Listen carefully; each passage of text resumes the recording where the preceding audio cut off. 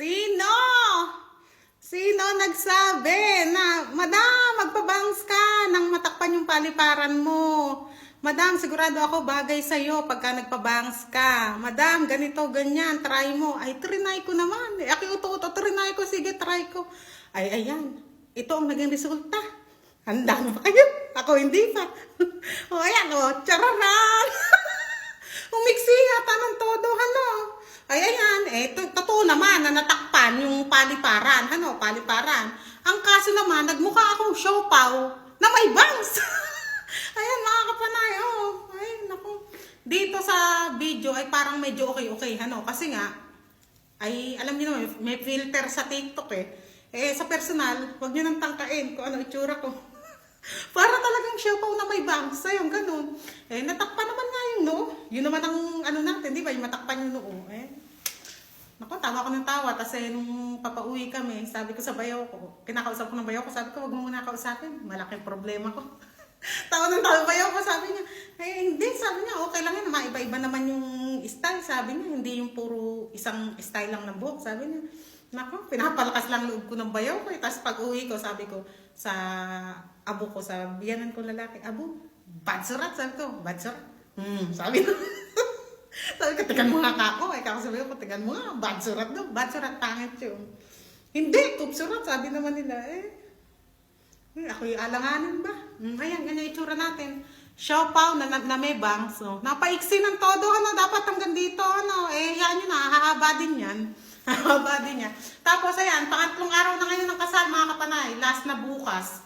Ito ang aking suot na dress, ito. Sobrang haba!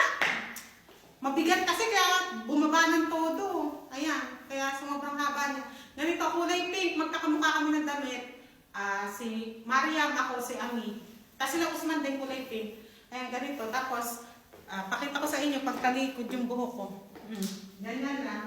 Ayan. Tingnan niyo yung bato ko na maitim, nakatambok. Sabi ko sa salon, kasi sa salon, trinay ko kasing nakababa lang. Kaso, talagang mas lalong nagmumukhang siopaw. Sabi ko sa salon ay itaas mo nga kako, iponin mo na lang ako na mataas. Tapos kako ay nang makita kako nila yung ano ko, yung bato ko, sabi. Nung makakita naman sila kako ng batok na mataba. Tapos ay tawa na ng tawa sa salon. Ayan, itinaas niya nga, tapos kinulot. O ay mga kapanay, ganito ang ating nag-iitsura. Mag-comment-comment ka nga dyan, yung mga nagsasabi na, Madam, magpabangs ka, Madam, bagay sa'yo. Ayan, bagay nga. Nagmukha akong siopaw na may bangs. Naku, talaga nai-stress ako talaga. Pero carry lang nga. Ganun talaga ano lang. Kahit naman siguro magpakalbo ako, maganda pa rin ako sa kanila eh. Kasi nga, iba itsura. Basta ganito, ilong, maganda sa kanila. Pati nga yung babae sa salon eh. Tuwan-tuwa sa akin eh. Wala kang foundation. Puro pa ako pekas-pekas niya. No? Wala kang foundation. Wala, sabi ko. You're so beautiful, sabi sa akin. Kahit babae nagsasabi sa'yo ng you're so beautiful, ay kasarap sa pakiramdam. Ano? Kasi nagagandahan sila sa'yo kahit ikaw sa mismo sarili mo, ay di ka nagagandahan sa sarili mo. Pumunta ka sa Pakistan na maging pilingera ka rito. Sa Pinas hindi ka pwede maging panglingera. Yung ganito itsura sa Pinas, pag naging pilingera, naku, pagtatawanan ka talaga. Lait dito, lait doon. Eh dito, pwede ka magpilingera. Pwedeng taas mo ka talaga dahil gandang-ganda ka sa sarili. O ayan, mga kapanay. Tapos ito yung aking dupata. Ganyan ang aking dupata. Okay, baka dagdagan ko pa kay bangs ko. Ano, parang manipis. Ano kaya sa tingin nyo? Ay, mag-suggest nga kayo dyan. Dagdagan ko pa ba? Manipis ba? O ano? Ayan. Pagka nasa sakyan, nakatago muna tayo ba? Pagka ando na, nakaganyan na. Ayan. Gaganyan na ako. Nakaganyan lang. O kaya nakaganito. Parang ano, parang yayaman din talaga pag nakaganyan. Parang si Princess Sarah yan. Sobrang haba, no? Ay! Natatapakan ko yung mga beads. Pero alam niyo, parang gusto kong magpalit ng sapatos ba? Parang ayoko nang magpanggap. Parang pag isuot ko pa itong sapatos na may takong nato na sapatos ko, parang ikamamatay na ng mga kuko ko sa daliri ba? Parang nagmamakaawa na sila, natama na.